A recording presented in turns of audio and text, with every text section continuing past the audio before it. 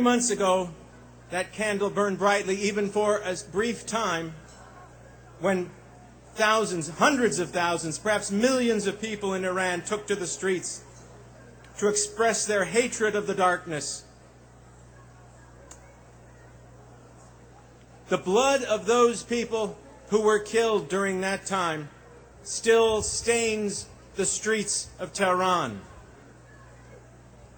Good Friday saw millions more chanting their opposition to the darkness, expressing their own desires for freedom, coming up against the cruelest dictatorship ever to befall this country. Today, that Prince of Darkness in Iran is here speaking at the United Nations. What a shame! What a shame!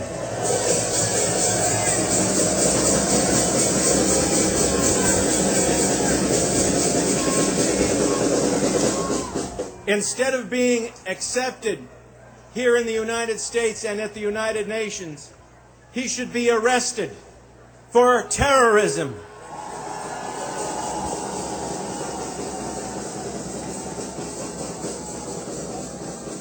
He and the government he represents export terrorism all over the globe, and they terrorize their own people.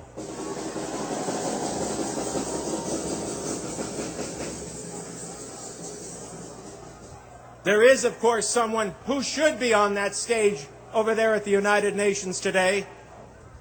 Someone who represents the brightest light now shining in that firmament over Iran. Her name is Miriam Rajavi.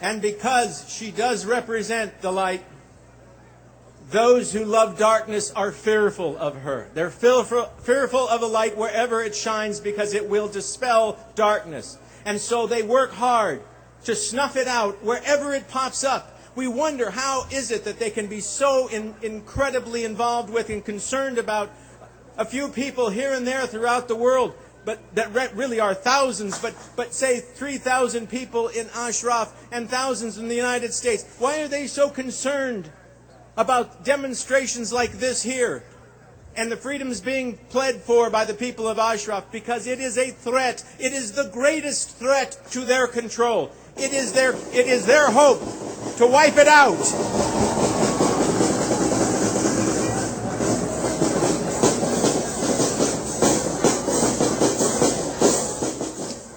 However, it will not die.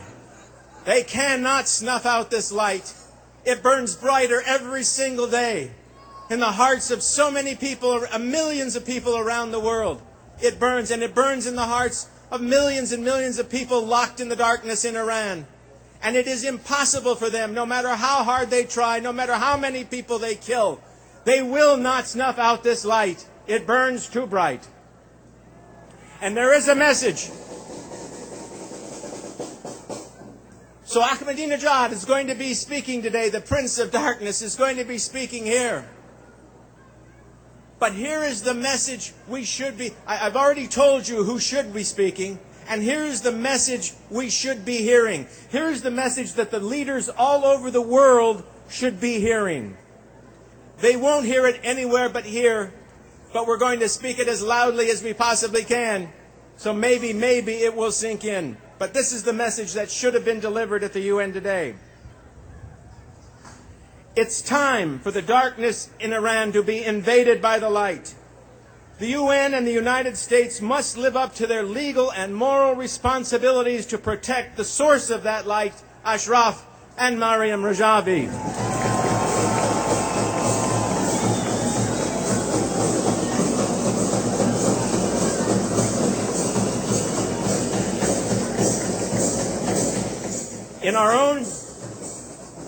In our own revolution, the American Revolution, speaking of it later, Thomas Jefferson once said, "The tree of liberty must periodically be nourished by the blood of martyrs."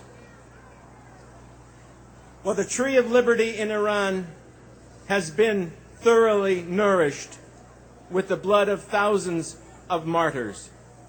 It needs no more blood. It needs the protection of the civilized world. To Ashraf, have hope. Have hope.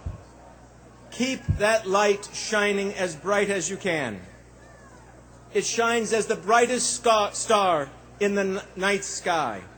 But I have every hope and belief in the deepest recesses of my heart that the dawn is coming. It's coming for all people who want to see freedom in Iran. It's over the horizon. The dawn is coming. Today, we rally here in New York City, speaking in favor of freedom. Tomorrow, God willing, we'll rally all together in the streets of Tehran, celebrating freedom. Thank you. Thank you very much.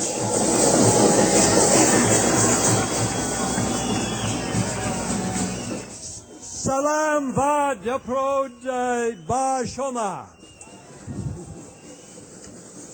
The delegates of all, dear friends, of all UN member states who support the Universal Declaration of Human Rights should today boycott Iran's president speaking in the General Assembly. Right?